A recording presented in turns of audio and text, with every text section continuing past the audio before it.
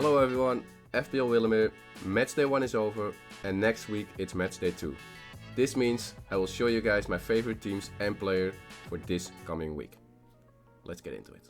Now, I first want to start off with my cheat sheet. Here we can look who has the best upcoming fixtures next week and the weeks beyond. I filled in red boxes before the teams you want to avoid. I've also put in orange boxes. These are the teams where there is potentials, but it's just a little bit less optimal. And I've put in green boxes in front of the teams where there's the most potential. The criteria I use is form, fixture run and the quality of the team. So for example, Leipzig has some difficult fixtures. It's a great team, but the fixtures are awful. Feyenoord aren't having the season people are expecting from them, and Sturm Graz I just don't expect a lot because of the quality from the team. Now if you disagree with me, let me know in the comments. I also will link you guys this sheet to my drive so you can edit it out yourself. But for now I will remove these red marker teams from the list. Now as I said, I'm moving on to the teams I'm more certain about. And as you do with fantasy football games, you do not only focus on one game, but on the matches after it as well.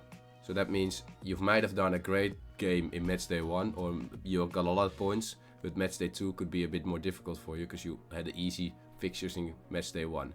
That means you always want to plan out, same as in fantasy Premier League, you want to plan out match for match so you have the best players for all the matches. Now, this means in this week and probably the next weeks, Atalanta will have a great 4 games, and as you can see with AC Milan, they have Leverkusen away and Real Madrid away. Those just aren't great fixtures. Now you could find AC Milan a better team than Atalanta, but the fixture run is more difficult. Also goes for Arsenal, probably a way better team than Atalanta, but PSG at home and Inter away aren't easy matches. So I hope I've explained myself well enough. So let's move on to the green boxes. Now I'm going to move quickly through the green list with you guys, and I will give my opinions on these teams and if you're best off buying an attacking or defending player per team. I've also removed Real Madrid and Sporting while making this video, as Real Madrid will be facing Dortmund, Milan and Liverpool in the next 4 upcoming fixtures. Sporting will get Manchester City and Arsenal at home in match day 3 and 4, so I've ticked them with orange boxes. After this sheet I'm going to show you guys 4 picks from defenders, midfielders and attackers. And I do also quickly want to add on that I'm not taking in chips as a wildcard or limitless in consideration, as I don't know all your teams. So finally, let's go through the green ticked teams. So moving on to the green teams. It starts off with Atalanta. Defensively they get scored on in most games and defenders aren't really getting any assists or goals themselves. Attacking wise, they have a great duo with Lookman in the midfield and Retigui in the attack, and now that Arsenal is out of the way, the fixtures are in their favour. Barcelona is up next. All departments look great. Only minor point is that in match day 3 the game against Bayern München will be a bit difficult, but otherwise you have players like Koundé, Yamal, Lewandowski to pick from. I don't see any problems there. Up next is Dortmund. Dortmund has shown defensively strong against Brugge. The midfield's shown loads of potential as well, with Brandt, Adeyemi and Sabitzer, but it will be a bit difficult to predict where the goals will come from, as striker Guirassy isn't all too sharp yet. Following Girona. Girona has some great fixtures against a weak Feyenoord and a Bratislava at home. There's some potential for clean sheets, but don't quite count on it. Once again, like Dortmund, it's a bit difficult to predict where the goals will come from, as their attack is a bit lacking. But they've got some cheap enablers like Bryan Gil in the midfield, and even defender Gutierrez gets his returns. Inter is up next. They've got 2 great games against Red Star and Young Boys, and their defense is really strong as they've shown against City, where they got a clean sheet. Midfield and attack are also plenty of choices. To call a few assets from Inter, Di Marco in defense, Çalhanoğlu in midfield and Lautaro Martinez in the attack. Now let's move on to Juventus. Juventus has shown great defense as they haven't conceded in the league, and if it wasn't for a last minute goal from PSV, they had a clean sheet there as well. Midfield is a bit more difficult to pick from, as Yildiz counts as an attacker, otherwise there aren't loads of assists and goals to find there. In the attack you basically have Vlahovic and Yildiz. As I said, Yildiz is an attacker, 2 great options where there are big opportunities for points. Now second to last we have Manchester City. Not that much to talk about. It's only a bit of a debate who is going to play with City. Every defender looks good, but predicting who to play, that's the key difference there. For the midfield you have playmakers like De Bruyne, Savinho, Bernardo, and I hope for my own team that Foden will get some starts as well. Attacking is basically Haaland, and I will not add on too much about him. Now, last but not least, it's Monaco. Monaco has some decent fixtures, but it's difficult to find a consistent point scorer in their team. I think their defense has some opportunities as they have an attacking back where I will talk about in a later slide.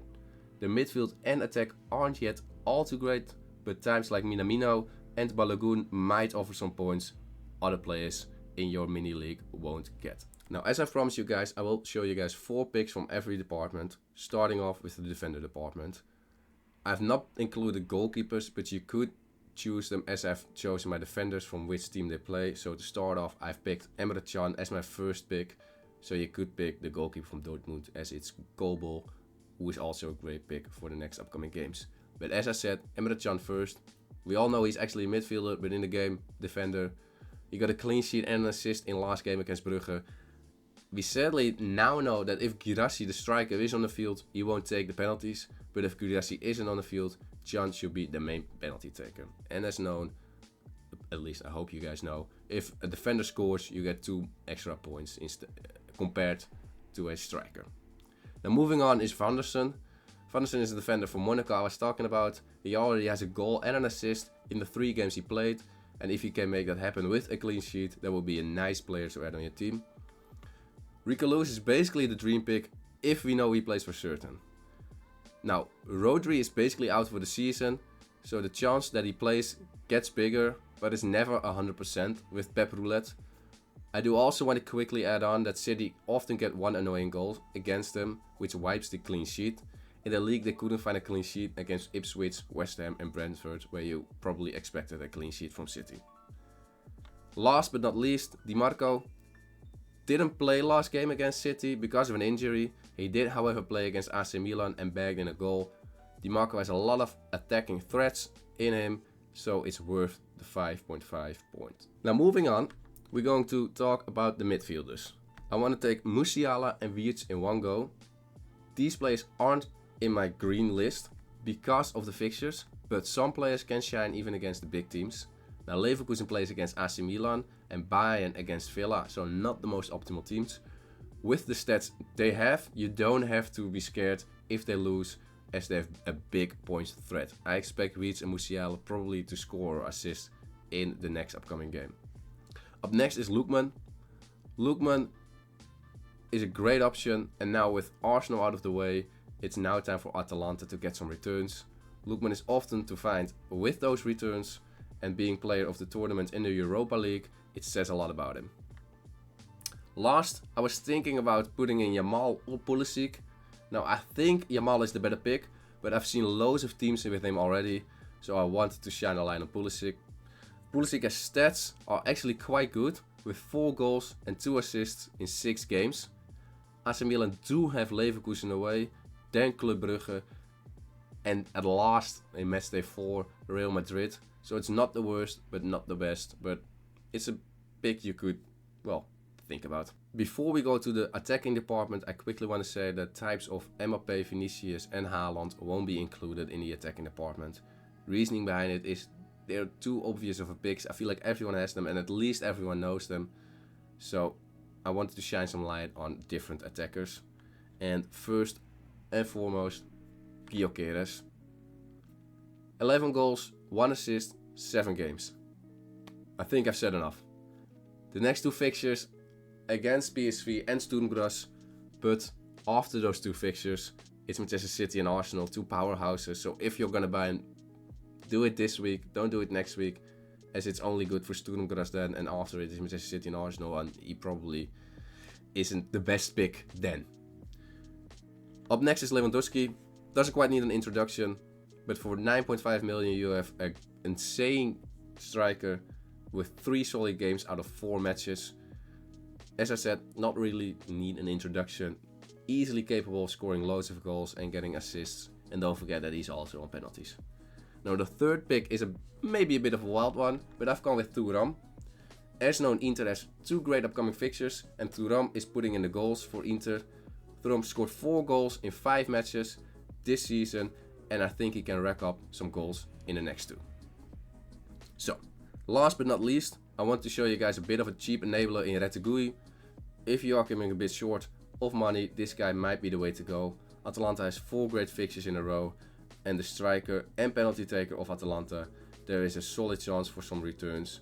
And so far, Retegui netted in 4 goals this season.